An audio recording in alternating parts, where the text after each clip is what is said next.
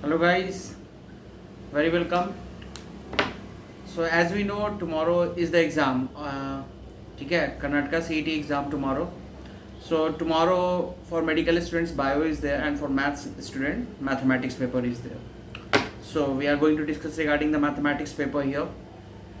So guys, क्या करना होगा, क्या क्या स्ट्रैटेजी होना चाहिए कल के एग्ज़ाम के लिए, ठीक है.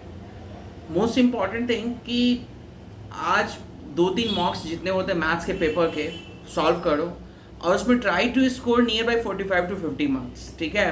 तो इसके लिए क्या करना होगा, एज मच एज क्लास 12 के जो पोर्शन है उसको ज़्यादा maximum you have to attempt.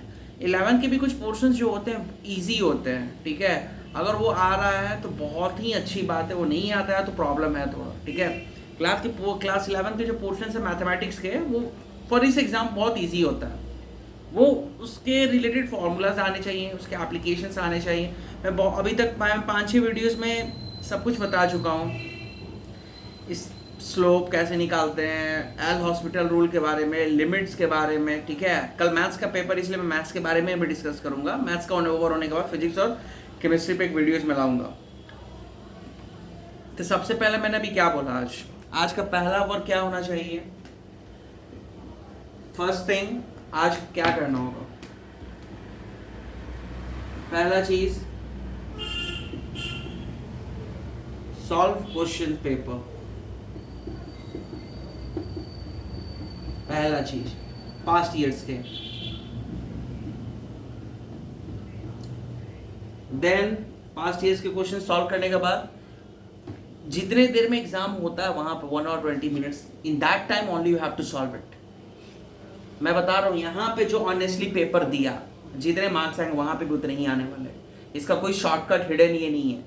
यहाँ पे जो ऑनेस्टली पेपर देगा, जिसको 40 आ रहा ऑनेस्टली देने पे उतने टाइम लिमिट में, उसको कल 40 से ज़्यादा आएगा. जिसको नहीं करना है कोई बात नहीं, मैं उनके लिए ये वीडियोस बना रहा हूँ जो पढ़ने वाले हैं. थोड़ा ध्यान से मैक्सिमम मार्क्स लाना है. तो पहली चीज़. द सेकेंड थिंग, ये पेपर सॉल्व करने के बाद जो एरर्स हो रहे हैं, ठीक है, उस एरर्स को रेक्टिफाई करना, ठीक है. एरर्स फाइंड करना है, फाइंड एरर, ठीक है. The third thing, after that solve one more paper. इतना कर लिया, सॉल्व वन मोर पेपर. फिर देखो ये 40 से ज्यादा लाने का टारगेट रखना है. 40 है तो उसको 45 करना है, ठीक. फिर एरर फाइंड आउट करना, फिर उसको सॉल्व करना. Then last third, one more mock. ये मेरा स्ट्रैटेजी है कैसे पेपर को करना है. अगर ये हो रहा है तो बहुत ही सही बात है. ये बहुत ही सिंपल फंडा. कल के एग्जाम्स में 60 out of 60 लाने की मैं बात कर रहा हूँ. पहले पेपर तो कोई एक normal, take the past year papers, one paper you solve it, and in that if you getting very good marks in the sense, if you're getting 60 out of 60, that is very good. One more paper you solve, at least 3 paper कम से कम करना है. अब मान लो suppose for example किसी को 40 number आए, first paper जो उसने दिया टेस्ट में किसी ने, तो 40 आए तो 20 कम है. तो उस एरर को क्या करना है, फाइंड आउट करना है, उस पर वर्क करना है. कितना लगेगा, 15 मिनट, ठीक है. फिर क्या करना है, सॉल्व वन मोर पेपर. फिर इससे ज़्यादा कोशिश करना है लाने का, लेस नहीं, ज़्यादा.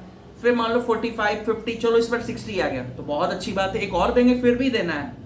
मान लो किसी को 40 से 41, 42, जो भी, मतलब मोर देन दैट या लेस देन दैट है, तो उस पर वर्क करना है. यही आज का प्लान होना चाहिए गाइज. लास्ट डे है, लास्ट डे में क्या, अब फॉर्मूलाज तो आने चाहिए. हर एक चैप्टर का शॉर्ट रिवीजन कर लो कि क्या होता है फॉर्मूला. उतना आ रहा है तो बहुत ही अच्छी बात है. इतना पहला थिंग आज हमें ये करना है. दूसरा चीज क्या करना है, देखो,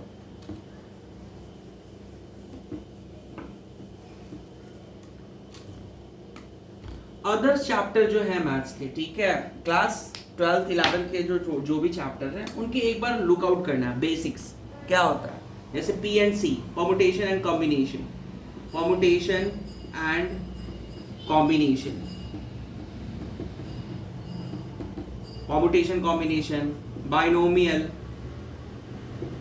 बाइनोमियल थ्योरम.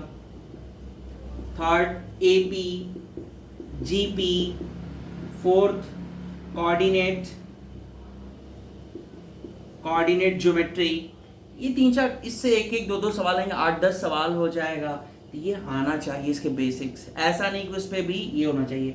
जैसे बाइनोमियल थ्योरम का एक बहुत फेमस फॉर्मूला ये NCR A to the power R B to the power n minus R, इससे रिलेटेड बहुत सारे सम्स एग्जाम में आएंगे, ठीक है। इस पे वर्क करना है जितना ज़्यादा से ज़्यादा। ये फॉर NCERT बुक्स में जो 5-6 सम दिए हो ना सॉल्व एग्जाम्पल के, और उसको सॉल्व कर लो, यू गेट एन आइडिया इसमें करना क्या है, और कुछ भी नहीं भाई। 40-50 क्वेश्चन बहुत ही इजी आते हैं, वो एक बहुत ही अच्छे स्टूडेंट के लिए बहुत ही इजी चीज़ होती है, जो रियली में पढ़ रहा है। और नहीं जो पढ़ रहा है, there is no sense, nothing, कुछ भी नहीं होने वाला फिर। ये one of the easiest engineering entrance exam होता है इंडिया में जो होता है, कर्नाटका CET, ठीक है। But the thing is that here you have to score very well marks. ज़्यादा मैं कुछ नहीं बोलूँगा, ये सब चैप्टर्स के बेसिक्स फार्मूला बनाइए, 10-10 मिनट लगेगा, 2-2 सवाल सॉल्व करेंगे। नहीं हो रहा है, you guys ask me, 24 hours I am available, ठीक है। सो मेरा contact number I will mention in the comment section, ठीक है। उस पर आप कॉन्टैक्ट करिए, डाउट्स है any time you call and ask. But guys जैसे जो स्ट्रैटेजी बताया वो करना पड़ेगा। इफ यू थिंकिंग कि without doing anything you will get very good marks, it's useless.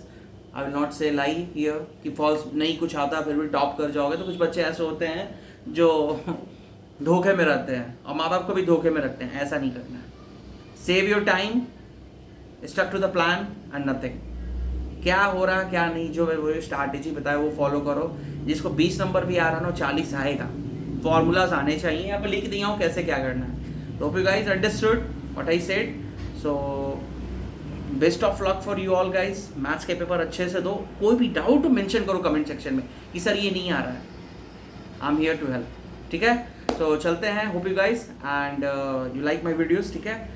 Any doubts you please mention in the comment section, and any suggestion also you mention in the comment section. I will work on that. So चलते हैं then, see you in the next videos tomorrow, क्योंकि कल maths का paper होने के बाद physics chemistry का होगा, will discuss and even maths paper की डिफिकल्टी लेवल के बारे में डिस्कस हम करेंगे, but in tomorrow videos. So hope you guys keep continuing watching my videos. So I am going, so best of luck for you all guys and thank you for watching. जय हिंद, जय भारत, जय माता दी।